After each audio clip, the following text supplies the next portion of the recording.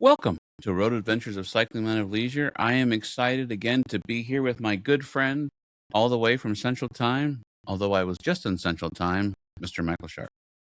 Hey, Adam, how you doing? Good. I am happy to see you. I'm hoping that something is good.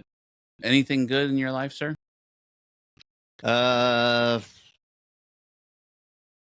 It's rained here for the last 5 days. I've seen the sun for like 30 minutes yesterday out of 5 days. That's better than not seeing the sun at all. Thank you. I It appreciate is. something It good. is. On a serious note, your daughter was in a play last night, so that's good. Yes. Musical. So it was a very fun musical. It Cool. had like all the traditional Dr. Seuss characters in it. It was pretty good. That's cool. And before recording, I asked you if she made any mistakes, and you said, not that I saw, so that's good. It's the important thing. The audience doesn't know. Just keep going.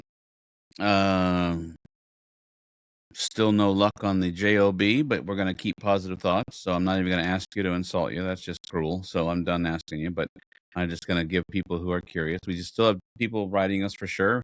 I put a funny post when I'm traveling for work about where's Michael. I was back in Georgia. I said, Michael's missing.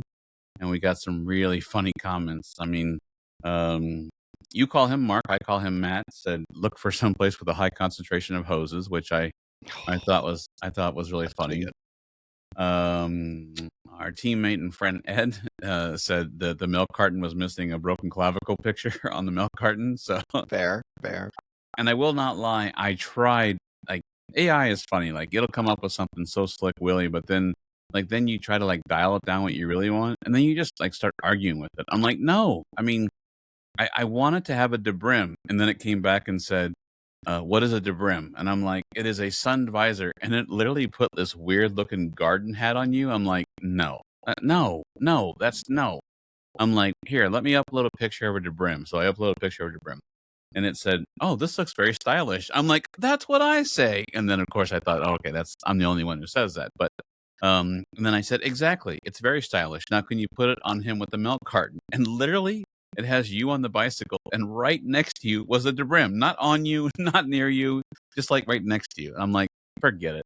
This is more effort than it's worth for a silly, stupid joke on social media. But it was kind of cool to see all of our friends.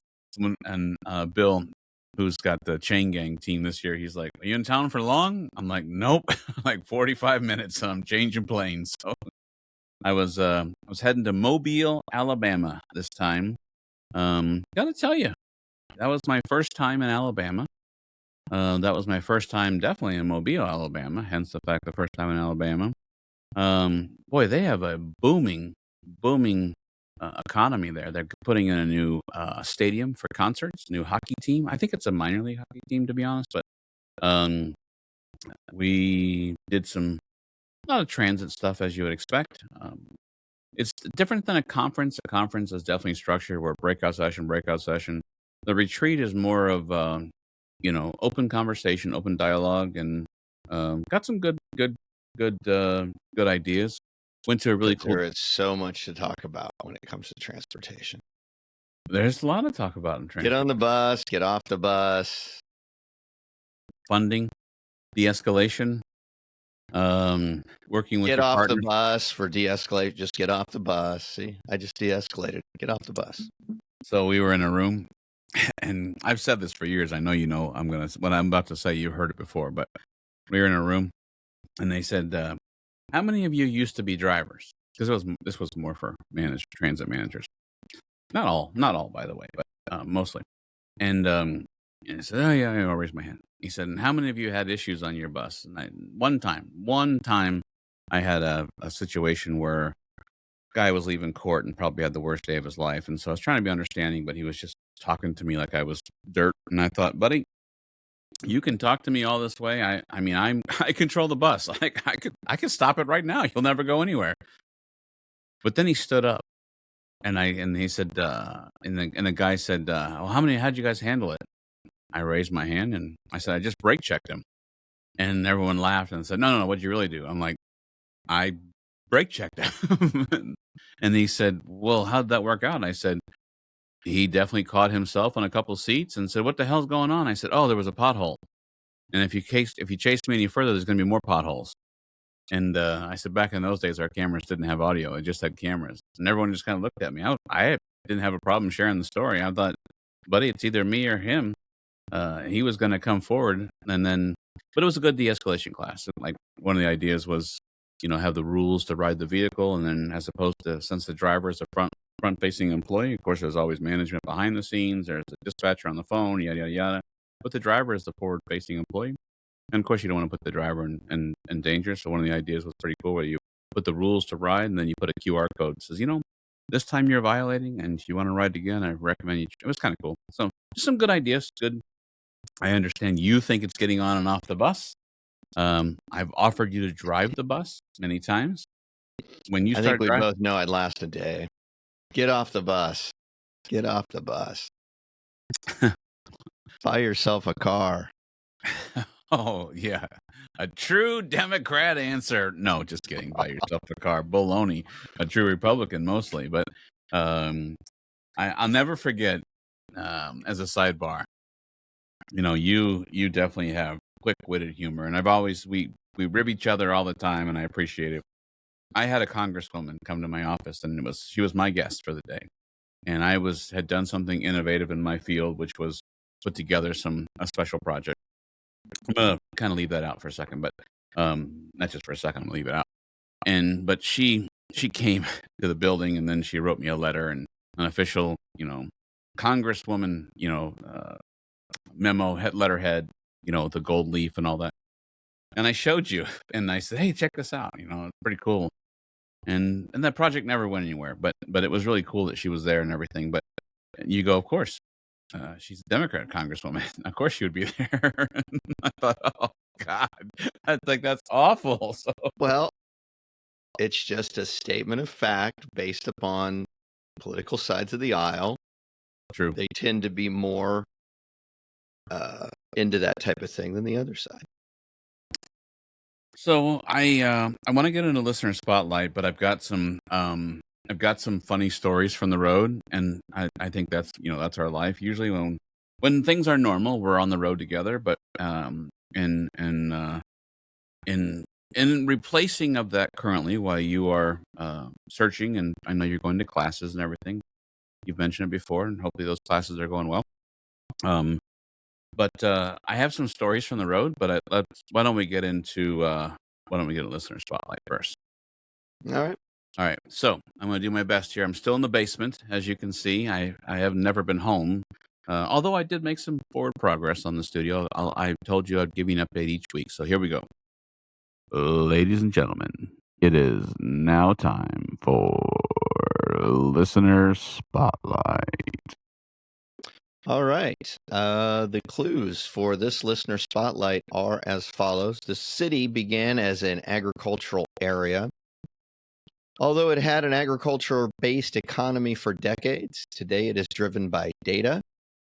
The story goes that lightning helped name this town. A major airport spurred this town's development. And the town was in the country for decades, but it was the home to a lot of soul. I am looking here. We did get a guess. So give me a second here.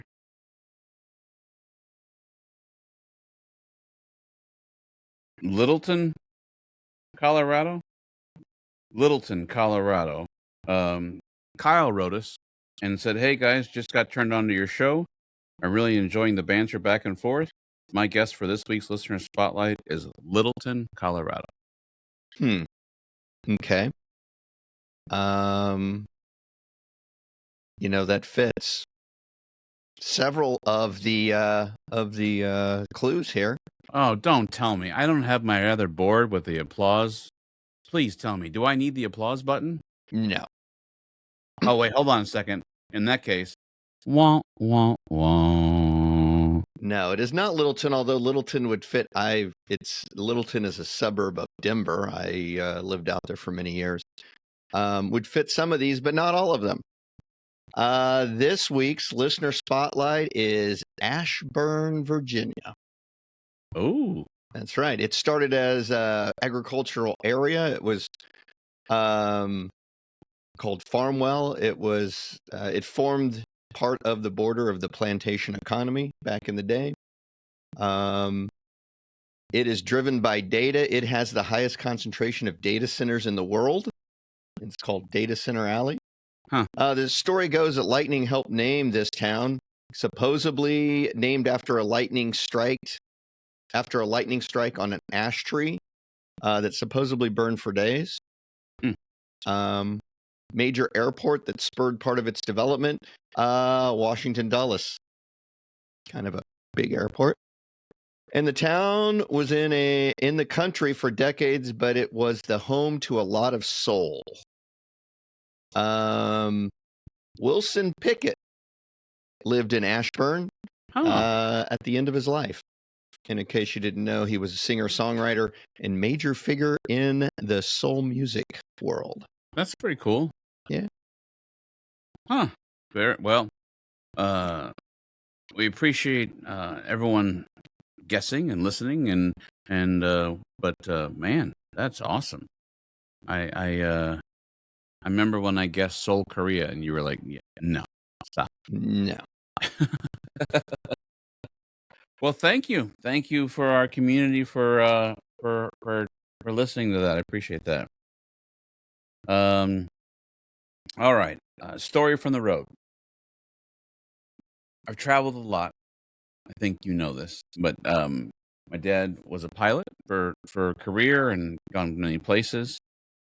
Do you know, first of all, that a tornado touched down in Michigan yesterday? Pretty bad.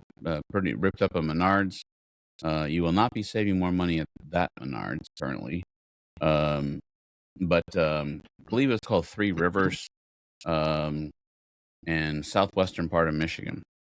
So we were coming in to DTW, and 100% fog. Clouds, fog. You couldn't see anything. And I had the window. I was sitting by the window seat and coming around, and bing, ladies and gentlemen, we're now going to start our descent in Detroit. Which, by the way, living in Detroit has got to be one of the most depressing things you hear. Like, you never, like, when you go to Orlando or Tampa or somewhere fun or Mexico, ladies and gentlemen, welcome to Mexico, where the current time is 2:00, and you're like, come on, margaritas and senoritas. But you never have that same experience when you go to Detroit. You don't go, bing, welcome to Detroit, where the local time is 4:00. You don't go, woohoo. So it's because nobody's going to Detroit for vacation. That's true. That's true. Nobody's like, hey, let's take the family vacation to Detroit. Exactly. No.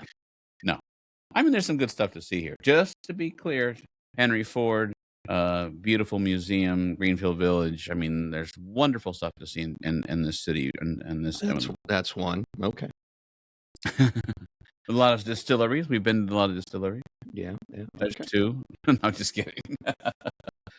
Actually, downtown Detroit, they've spent mega millions on, and downtown is really nice, but you got to kind of put blinders on to get there. But so, anyways, ding, we're making our descent in Detroit. Oh, all of a sudden, we're going down, and all of a sudden, it feels like a rocket launch. And pilot gives it everything, or at least I think he gives it everything, gives it a bunch, and we rise up. And right away he comes on. Ladies and gentlemen, there was a safety concern. Nothing to fear. Just want to communicate with you. We're gonna go back around again. Okay, well, that's happened to me before. No big deal. And then we circle. You go out 5 miles, 5 miles, 5 miles, 5 miles, or whatever. I don't know what they go out. I'd be lying. I'm sure I could ask my dad, but I have no idea. And we come back around again, and we're coming down, and he says, ladies and gentlemen, we're going to reject landing, or whatever word he used. And I couldn't hear it 100%, but once again, like a rocket launcher, we go back up. And I'm like, okay, now I'm getting a little bit uneasy. I'm like, what is going on here? I'm like, dude, if you're not comfortable, I am not comfortable. I mean, buddy, you take as many times as you need. I Make don't sure you care. get it right. Yeah, Just I get it don't care how right. many times you take. You don't even have to tell me about it. Just keep coming around. Just do whatever you got to do. So come back down. And then they announce, ladies and gentlemen, in the southwestern part of Michigan, seems to be a tornado on the ground. It is causing some disturbance. We're going to go back around one more time. And I was just like, dude, you don't have to keep telling me that. And I don't know if I want to know there's a tornado on the ground. And then we get to the ground, and then, you land in Detroit. And then, of course, it's depressing, and you can't see anything, and the rain is coming down. And the pilot stands in the front of the plane, and he literally blocks almost every passenger from getting off, and he apologizes. Like, I'm really sorry. I'm really sorry. I mean, I guess it's better. Maybe it's better that way than people going to their computers, since everyone's such a busybody on their phone, in the airport. Send an email to Delta. This is ridiculous, So, but yeah, he would stop you, and he'd be like, I just want to personally apologize. And he shook everyone's hand. So, which, good and bad, but Customer service. yeah, good customer service. But now the story. So you'd rather be in the sky when a tornado is around than on the ground. I would say that would be a good place to be, because if you can go rise higher, then you can be above it. So, but what's really sad being is 5 miles from an airport, you're not going to be above it. That's probably true. But what's sad is I've talked to a few people now and told them the story, because my neighbor needed something, so I went and helped him last night. And he's like, could you see it? I'm like, did you remember the beginning of the story when I told you I opened the window and I couldn't see anything? I wish I could have seen, how they have those pictures of hurricanes, the eye of the storm, they look down? Mm-hmm. That would have been kind of cool just to be able to see it. But not cool for the aftermath stories that I'm seeing on the news this morning, and I really feel bad for those people, and I'll keep my positive thoughts for them. Your favorite airport. I know it's your favorite. You tell me all the time. We would look for Mike before he retired. Mike and Vic, we met in Georgia, and Mike was doing some first aid in the airport. We'd always look for him when we would change planes there. Until one day, by bike. By bike. Yeah, he was doing it by bicycle. That's right. Yeah, that's right. Oh yeah, this is a cycling podcast. I forgot. But a leisure podcast. I thought it was transportation. But it is currently. I mean, we're not talking about business and architect. I wish we were. I mean, that would be a good conversation. We're not talking about anything. But we would look for Mike on his bike to be not providing first aid, but be trained to provide first aid. So, I'm at your favorite airport, coming out of Mobile into Atlanta. I had 37 minutes between planes. I don't know why Delta does that. That's so crazy to me. So I was already, me. I mean, if anyone's ever met me, you already know my anxiety was a little bit like, okay, I need this plane to take off on time from Mobile. Then it's the time change. And then, okay. What does the time change have to do with anything? Just my mind, just to know what time I'm going to land, what time the next plane goes, what time I have to be, But it says it on your ticket or on your phone. Yeah, but I mean, I was sitting in my seat, and then I was just kind of processing everything, and so, and the plane lands early in Atlanta. We need to get you some medication, buddy. Wow. I got to figure in the time zone. Time zone's already figured in on the things. It's like, this is what time I land. This is what time I take off. I got 35 minutes. There's no figuring in the time zone. That'll just jack you up. But I was looking at my watch, and my watch was still on Central Time. And so then I was like, okay, it's going to change to 11, and then I got to go to, whatever. So you still have 35 minutes, regardless of the time zones or anything. You got 35 minutes. We got to get you a job. You're just bitter. Well, I'm just like, I got to worry about the time zone. It's like, no, you don't. You got 35 Would somebody minutes. give this man a job? I've offered him a job. He won't take it. Then again, I wouldn't move to Michigan either. Yeah. I mean, that would be depressing to move, especially since you probably had beautiful weather. So, although it is 68 degrees here today. So, so anyways, land early, right? Yeah, okay, fine. The time change is already done for me on the ticket. Sure, great. Point made. Got it. Clear. Mic drop. Land early. And I'm like, great. I don't know what I was worried about. I shouldn't have been worried. Why was I so worried? We get to the gate. Everyone stands up as they do. And the flight attendant looks at me and says, "We're not going anywhere." I go, "Excuse me?" And she said, "They still haven't replied to our request. The jet bridge is way over there." And I looked out the window, the little bitty window, as big as a tin can. And I said, "Oh." And she said, "You might as well sit down. It's going to be at least 10 minutes. So now, if you're doing the math at home, 37 minus 10 is now 27 minutes. I was in gate B and I had to go to D. And so I thought, nope, no problem. If the plane train is there when I go down the escalator, I'll jump on it. If it's not there, I'll make a mad dash on the moving walkways and I'll just walk. And so, okay, so that's great. So now I'm waiting 10 minutes. Now it goes 20 minutes. Now, if you're playing at home, that means I had 17 minutes. Now it's 25 minutes. Now I have 12 minutes to get off one plane to get to the next plane. And she says, "They know you're here." And I thought she was trying to put me at ease. And I go, "Oh." I go, "Will they wait?" She goes, "No." It was like one of those things where, like, I don't know, it was like false hope. I'm like, "Oh, no." And so she goes, "No, they know where you are. I mean, there's a controller up in a tower." She said, "You see those mini towers?" And I said, "Oh, yeah." She said, "The mini towers control all of the people. The big tower ground. controls the ground, and all the big tower controls all the planes."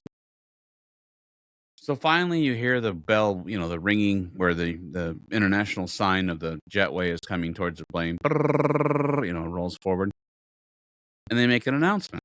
"Ladies and gentlemen, for those of you who are trying to make connections, we'll let you get off first. We're sorry for the problem, blah, blah, blah. But the rest of you, if you don't have a connection, and if Atlanta happens to be home," which most people are probably not at home. I get that. I understand. Let's be realistic here. And of course, everybody stands up. Oh, yeah. And I'm just like, are you people serious? So now the door opens and I get off the plane. I look down on my watch in Eastern time that had already made the change, that yes, I understand the computer did it for me. I had 10 minutes to get from the jetway to the other plane. So I go downstairs and the doors for the plane train are closed. There's no plane train around. Boom, I go. And I'm kind of running with my backpack and 2 laptops and all kinds of work BS. And I'm like, okay. And then I go, I get to see, and no plane train, the doors are closed. Of course, as soon as I start running, I hear the doors open, but I'm like, whatever. And I come up the escalator, and I'm looking for D18. And luckily, it was like right there. And I turn the corner, and there's like a mob of people out there. And I go, all right, I'm good. And I look up at the sign, and it says delayed 45 minutes. But my app the whole time never said that. It said on time. I kept looking at my app as I was doing this ridiculous jog in the airport. But I get there and it says 45 minutes.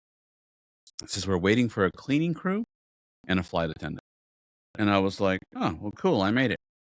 And now I'm starting to calm down a little bit, Then the sign goes from delayed to on time. "Ladies and gentlemen, I'm happy to announce the plane has been cleaned and we're going to board. All those need to pre-board." I'm like, just get me home. This is crazy. So I figured I would share some of those crazy traveling stories. But I thought of you while on my trip, and I have, for those of you on YouTube, you can see I have some. Oops, backwards. I have a document here. You have always educated me on history, a lot of history things. You've taught me things. Sometimes I think you make them up, but that's okay because I won't know the difference anyway. Yeah, I'll never know the difference anyway. We went to the USS Alabama, and it's a warship that was part of one of our networking things. We went there and we had a shrimp boil in the hangar, because it's not just the USS Alabama that's at the museum. They have like a SR-71 Blackbird, They have a submarine. They've got all kinds of stuff. So now I took the tour, and I must tell you that those men who fought must have been um, tough SOBs. I'll tell you that. Cramped. It had to be loud. I could only imagine. There were 5 guys to a room that was the size of your walk-in closet. They would stack them, the gentlemen, up high. There was a ship store. It was just absolutely amazing. But I got some facts. But I wanted to tell you that we got to climb all around the ship. It's 100% open. I shouldn't say 100%. That's a lie. There's a few things that were sealed off, but I'll say 95% open. Wide, explorable. Got to climb up in the guns, which, oh my gosh. I mean, armor-piercing bullets that are, I will get into that. I got some 2,700-pound bullets, 2,700-pound big. They had a sample of what they would have looked like. They were probably as big as your neighbor's mailbox. I mean, it's just absolutely amazing. But I was surprised that they only used it for 5 years. But I have some facts here I wanted to tell you about it. Since you're the history guy, I said, oh, I have to take some notes. So I took some pictures of some plaques. I took some pictures that it's national memorials. Hold on a second. I'm going to blow the word, but I did take a picture because I knew I was going to forget. It is a National Historic Landmark. As of 1986, it became a National Park Service, United States Department of Interior. But USS Alabama was called the BB-60, and it was a South Dakota class battleship of the United States. She was commissioned in 1942. You remember that, right? 1942. Good year. Yeah, a lot of jobs in 1942. In the middle of the World War II. She was nicknamed the Lucky A. Now, because of history, instead of me just yammering on some facts, do you know why it was called the Lucky A? No idea. She had a strong wartime record and relatively low casualties compared to the many other battleships. Now, you told me this before I even got there, which I was pretty impressed. I'm like, he either has the black picture just like me, or he knew. What wars did it go to? You mean what battles? What battle? Sorry, yes. The battles that it was most known for were the ones in the South Pacific, and one of the biggest ones would have been, I believe, Marshall Islands. This is correct. So the USS Alabama served in the Atlantic and Pacific theaters during World War II. Early in the war, she helped protect Allied convoys in the North Atlantic, including operations involving Britain and the Soviet supply routes. Later, she was sent to the Pacific, where she became part of the powerful U.S. fast battleship force. She supported attacks in places like Gilbert's, Marshalls, Philippines, Okinawa, and Formosa. Is that how you say that? Formosa? I believe so. Okay. The battleship earned 9 battle stars for her World War II service. She's 680 feet long. It was one of the longest at the time. It was one of the longest battleships. She weighed 45,000 tons, making her one of the most formidable warships in the era. She had 9 16-inch guns mounted on 3 triple turrets. It was really cool. I mean, I got a bunch of pictures. I should send you some pictures, but it was just kind of. I was surprised it had a wood deck, almost like cruise ships did. I was kind of surprised about that. I would have guessed different, but Weight. The weight. Yeah. Gotcha. The 16-inch guns could fire shells weighing in around 2,700 pounds. In addition to the main guns, she had 20 5-inch guns for defense against aircraft and smaller surface targets. She was also packed with an anti-aircraft weapon. Oh, buddy, stop. There's my cat. Sorry. Anti-aircraft weapons. And despite being a battleship, guess how fast it could go? It could go 35 knots. Close. You are very close. It was 27 knots, which I did the math before our show. It's about 31 miles an hour. Being all steel with all weighed down and everything. I mean, that's pretty quick. So, um, it had 2,500 officers and enlisted sailors on it. And when you think about that, as I was walking around, I was trying to think to myself, where would 2,500 people go? But it was kind of interesting. It was 12-hour shifts, from what I understand from the tour guide, and of course I wasn't there. I have no facts. I'm just listening to the tour guide.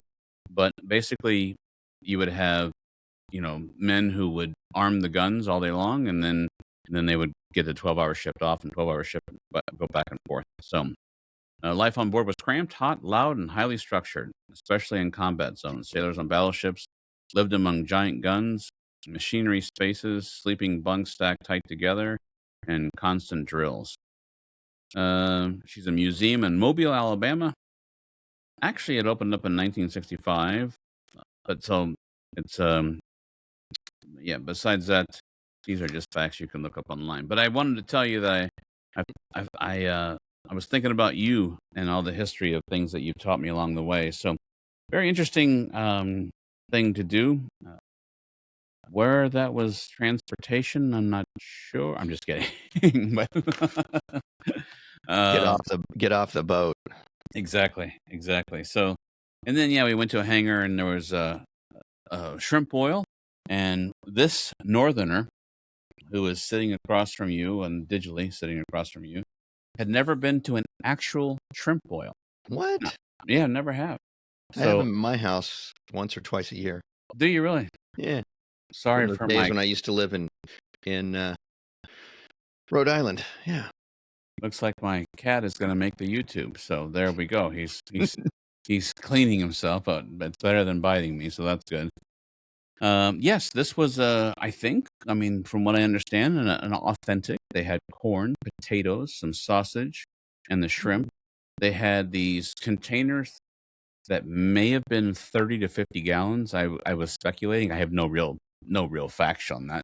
But as you walk by, they had them boiling, and they had a big old stir stick. And then they put these wooden, almost like 2x4 split in half. And then they clamped them down to each side of the table, and they put this plastic down on the table.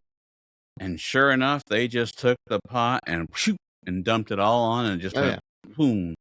And then you just came by and like jambalaya, Typically in traditional, they would put newspapers down on the table, and they would just pour them out on the newspapers in the middle of the table. Okay.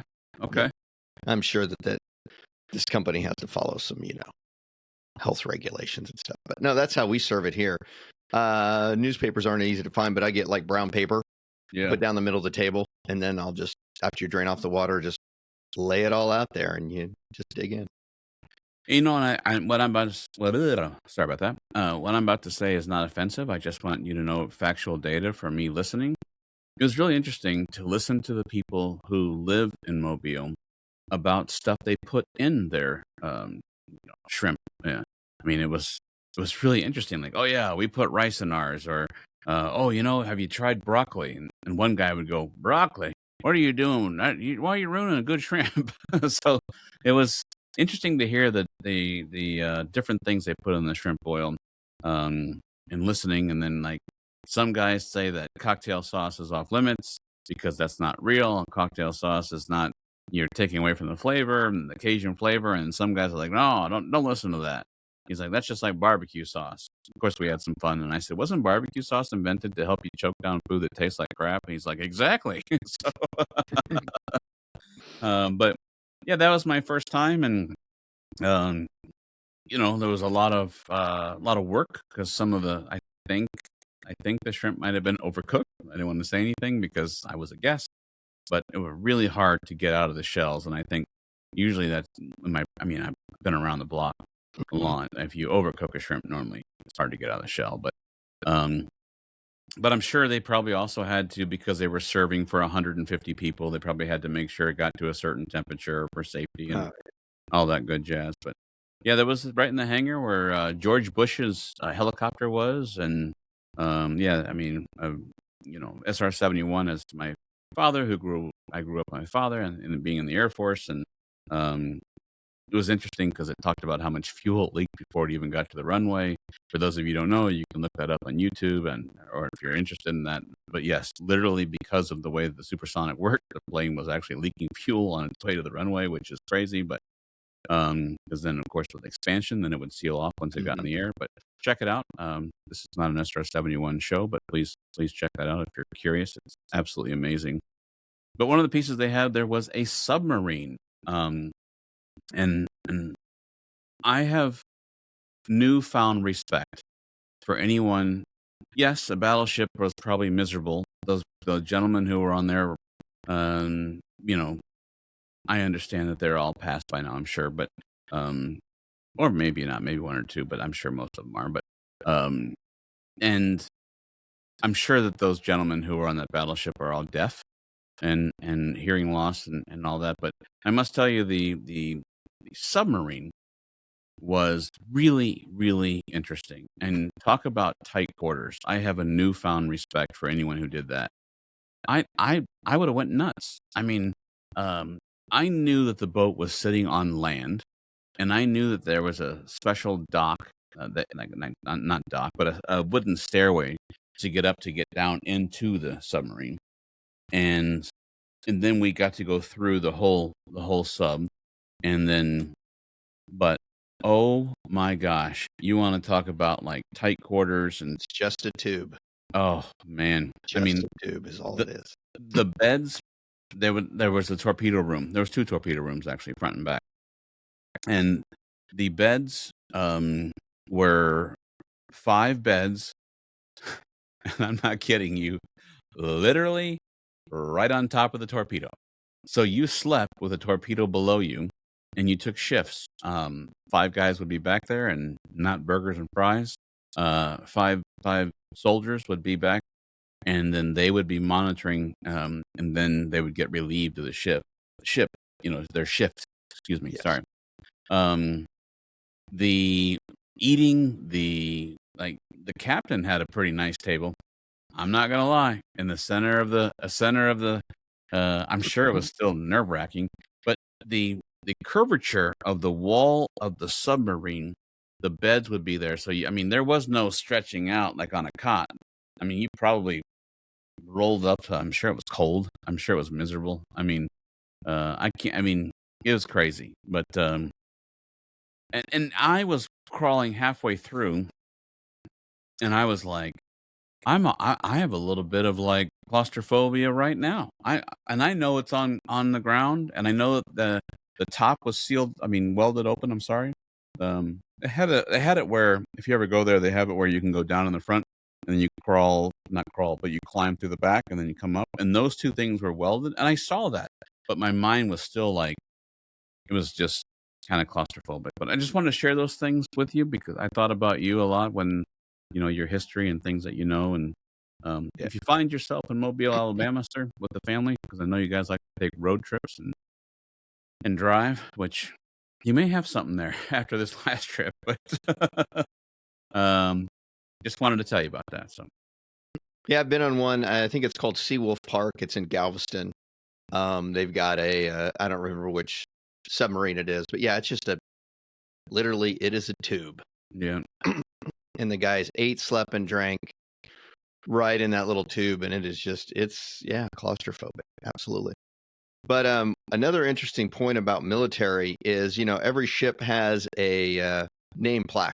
They're generally bronze, and they're generally like right on the, when you're coming up the walkway to board the ship, it's generally like right there, and it will say like the name of the ship and then the DDG number. It's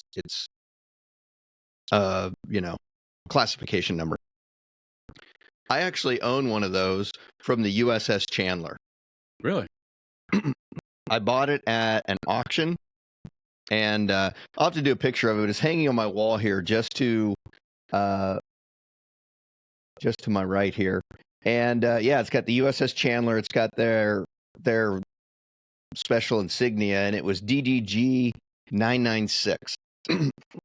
and it was originally made for the Iranian Navy, and then the Iranian uprising occurred, and then the United States government took it over, ran it for a few years, and then we sold it off to the Chinese. But yeah, it's kind of cool. I'll have to take a picture and put it on the website, but it's just kind of neat. That's cool. Yeah. You know, it just one of the things that here you had a bunch of guys who and ladies, by the way, there was transit ladies there as well. But um, you know, we were going to the social gathering. Both nights had a social. One was at a brewery and with food trucks, and then this was shrimp boil with the history. And most people are like, oh, because you've been listening to conferences and retreats and whatever. I mean, breakout sessions all day, and so you're like, we can unwind now. You know, you went upstairs and you got out of your monkey suit. But normally you go to these things and people are like, oh, and you got drinks in your hand. Everyone was just like somber. It was like one of these things where people were just walking around like you didn't know how to act or react because it was, you know that it was in World War II, and you know that, the men who fought on there, I'm sure, it's a miserable life, and so it's kind of like one of those songs until they put the shrimp boil out, and then of course everyone went back to there's food and drinks. So maybe it had something to do with they've been sitting around listening to de-escalating transit issues all day. God, you know what? I may just reinstall my censor button down here. I'm just saying, it's like after 2 hours of listening about transit stuff, it's like, okay, I'm over.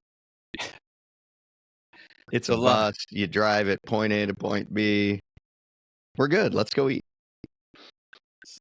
Well, anyways, so if you do find yourself in Mobile, I recommend the Oyster City Brewery. Really cool place. Really, really neat brewery. So a lot of, outdoor picnic tables, but inside, and then really cool, really neat. That was pretty cool. So it's right downtown, which really neat. I also learned, being ignorant, that was the birthplace of Mardi Gras. And here's a little trivia for you, sir. I love the trivia.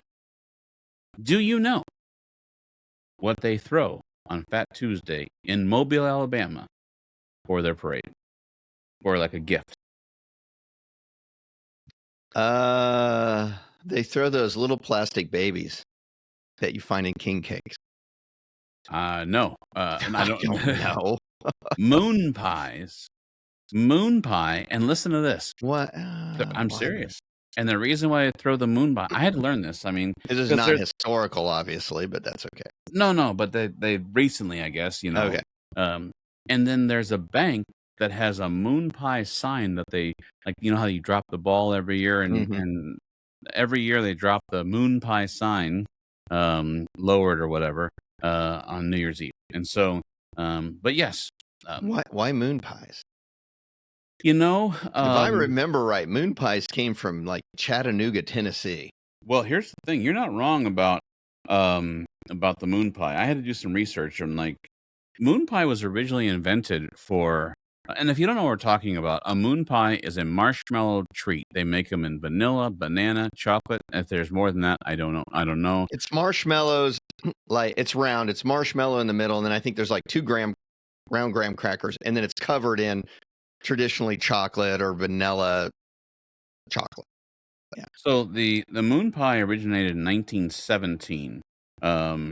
Traveling salesman for coal miners, and that's what we learned. That was everywhere. Everywhere we went to was how the moon pie was actually made for coal miners, and because they needed a snack, the large graham cracker sandwich filled with marshmallow dipped in chocolate, and the name is moon pie.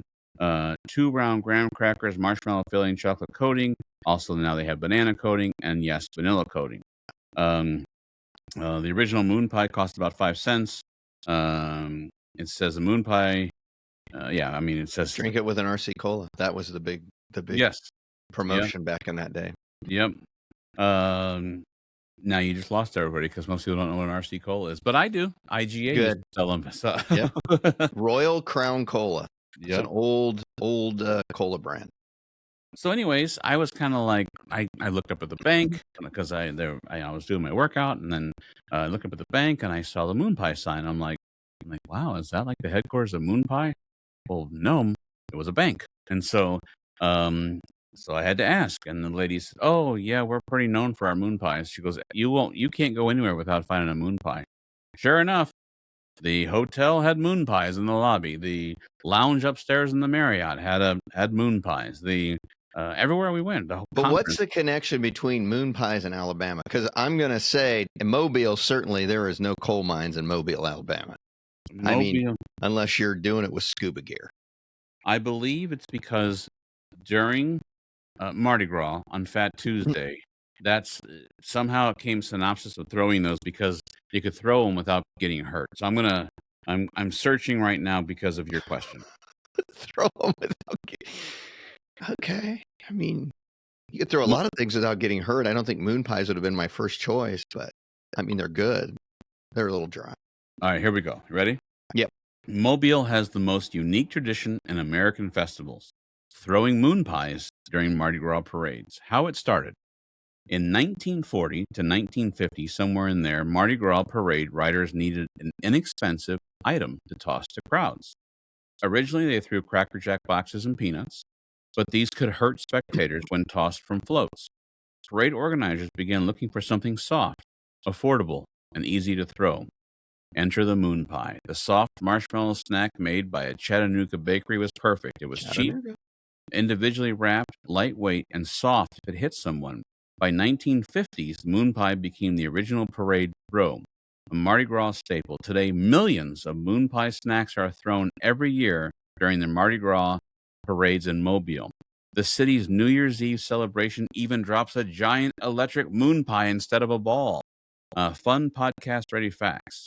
Mobile claims to have the oldest Mardi Gras celebration in the United States, dating back to 1703. Thousands of moon pies were flown. Banana moon pies became especially popular in Mobile because of its locals loved the banana flavor. Ooh, this is interesting. I did not know this until I just sat here and read it right now.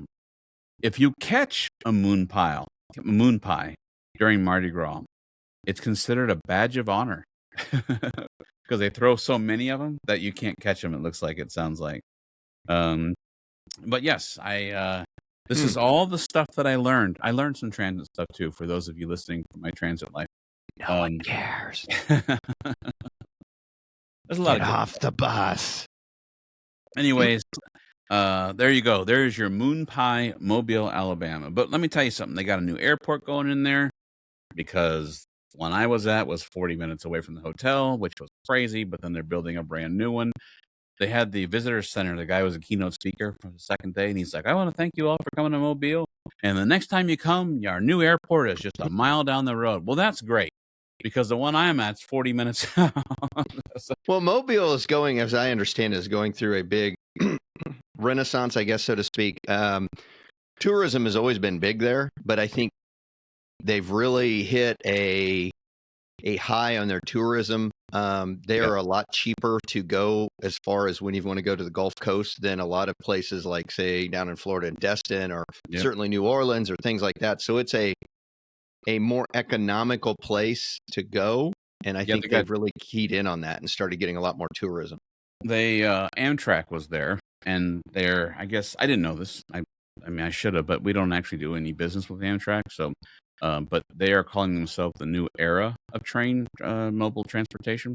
They're trying to rebrand themselves with new trains, new brakes. One of the biggest things they kept talking about was the brakes, which I was like, do you expect to need them a lot? I'm just kidding. But why don't they just make their trains run on time? That's the biggest problem. That would be good because every time you take an Amtrak train, we have a Wolverine that goes from Ann Arbor, hence the fact Never on time. Never on time. You can go to Chicago, and many times the track is busted up between here and there, and you have to get off and switch to a bus. It's a pain. I wish I was lying. I wish I was lying. That's because bus transportation people go tear up the track so they can keep their jobs. We'll show those train people. I never thought of that, but I wasn't in transportation the last time I did that. So, at least not in management. But what I learned about was an interesting thing. They recently started. How recent I can't promise you, but they recently started this Amtrak train from Mobile to New Orleans, and that's where it goes. It goes, and that's where it stops. The train literally stops at the convention center, and it sits there. And they expect 75,000 passengers, but because they now have cruises going out of Mobile, they got 150,000 passengers because people just didn't want to drive their cars or whatever. They could take the train, and then the cruise From port is New right there. Orleans? New Orleans, yep. Why don't they just leave from the New Orleans cruise port? Because You get a sometimes lot more options and things. true, but sometimes you go on a boat and it says, "Oh, it's like, oh, this ship is going to go to Galveston or whatever." But yes, Mobile is definitely pushing themselves. I know you're trying to be obstinate today, and that's okay. I'm I not love trying it. to be obstinate today. I'm just like, I got nothing to do all day but just like sit around and bang my head against a wall. So Okay, well, what I'll tell you is they have got 2 cruises now that are going to be going out of Mobile shortly, and so yeah, they're really pushing everything. So it's kind of interesting. That's why the transit retreat was there, because they do have transportation there, but of course it's like, how do we make it bigger, better, better? And so, really interesting. I mean, but good trip, good trip. But I just good. the history of the Mobile and the moon pie and all that is really what I Did wanted not to know bring. that. It's different than what was the other one, the one where they dropped the lettuce on Oh baby. yeah, it was Yuma. Yuma dropping the head of lettuce. I like the moon pie idea better. Little more, Yeah. easier to clean up afterwards. So you mentioned Yuma on the last show, and I was fueling a vehicle at work, and guy came. He says, "I'm going to Arizona next week," and I said, "Oh yeah, where are you going?" And he goes, "Yuma. My son's moving there," and I was like, "What? We just talked about Yuma." So I Hey, wanted, they dropped lettuce on New yeah. Year's Eve. Well, I know that you've got an interesting story, and then we can bookend You this know, thing. I think I'll just hold that story till next time. Okay. Yes, sir. It's a cycling story, kind of inspirational. I think we'll hold it for next. I think it'll be a good thing for next week or next episode. All right. Well, in that case, should I give you my famous right Do here? it. Do it.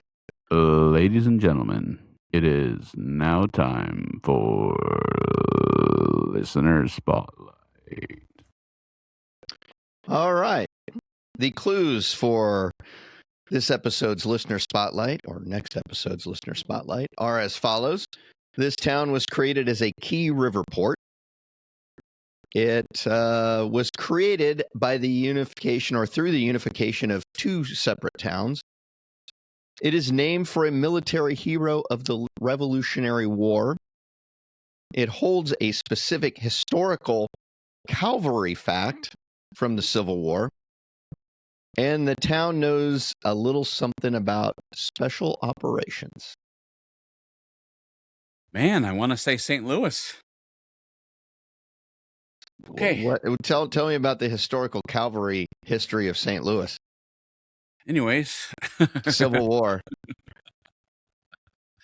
you know,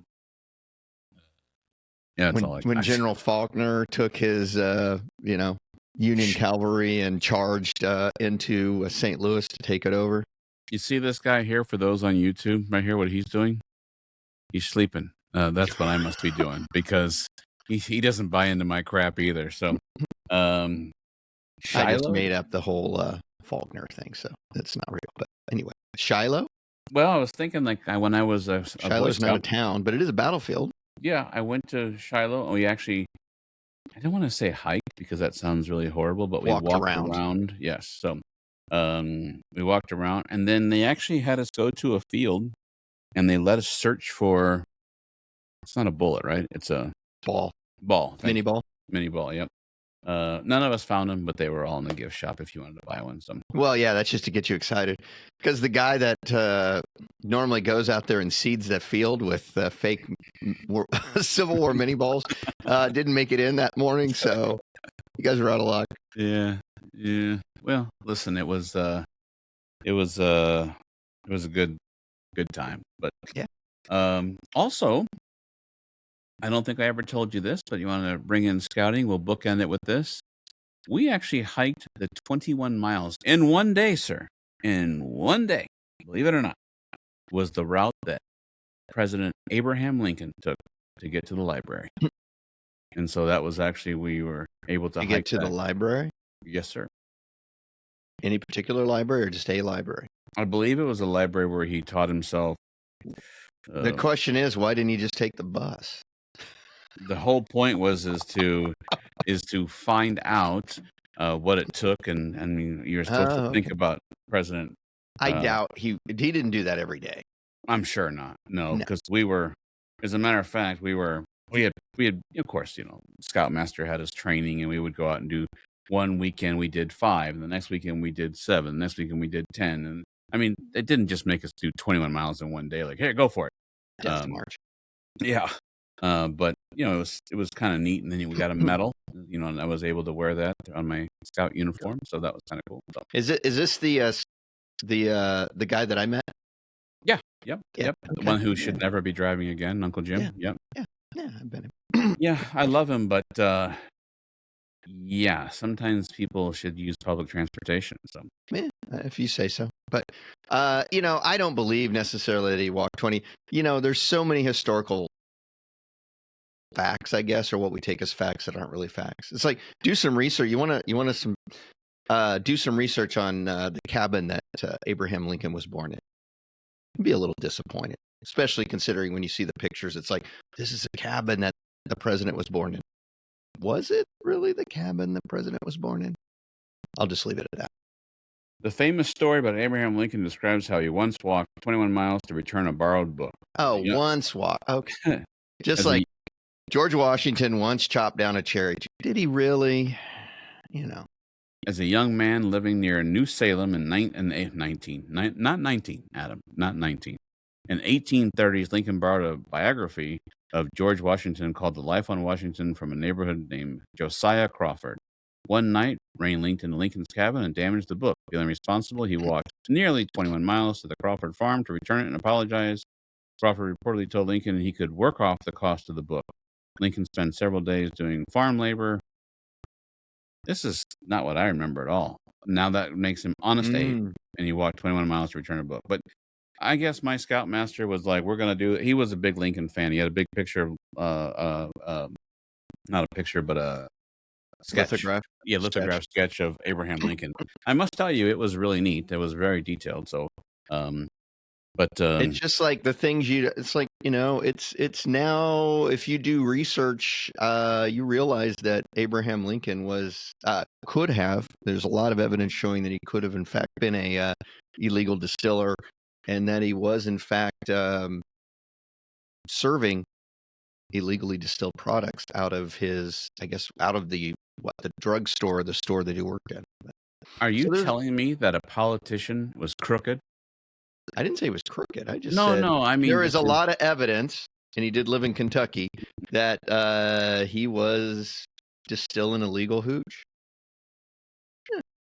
He gave the theater a bad review. That was pretty bad. So. Wow.